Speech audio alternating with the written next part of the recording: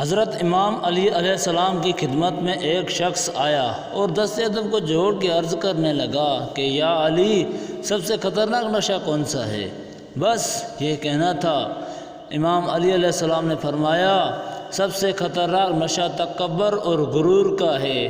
جس انسان کے وجود میں تکبر اور غرور کا نشہ آ جائے تو وہ خود پسندی کی دلدل میں اس طرح سے گرفتار ہو جاتا ہے کہ وہ اللہ سے جنگ کرنے لگتا ہے، اپنی حقیقت کو بھلا کے خود کو عظیم و اعلیٰ سمجھتا ہے اور یہیں سے اپنی دنیا و آخرت تباہ کر بیٹھتا ہے۔ اے شخص، یاد رکھنا، اللہ کی دربار میں ہر نشے کی معافی ہے لیکن غرور و تکبر کی معافی نہیں۔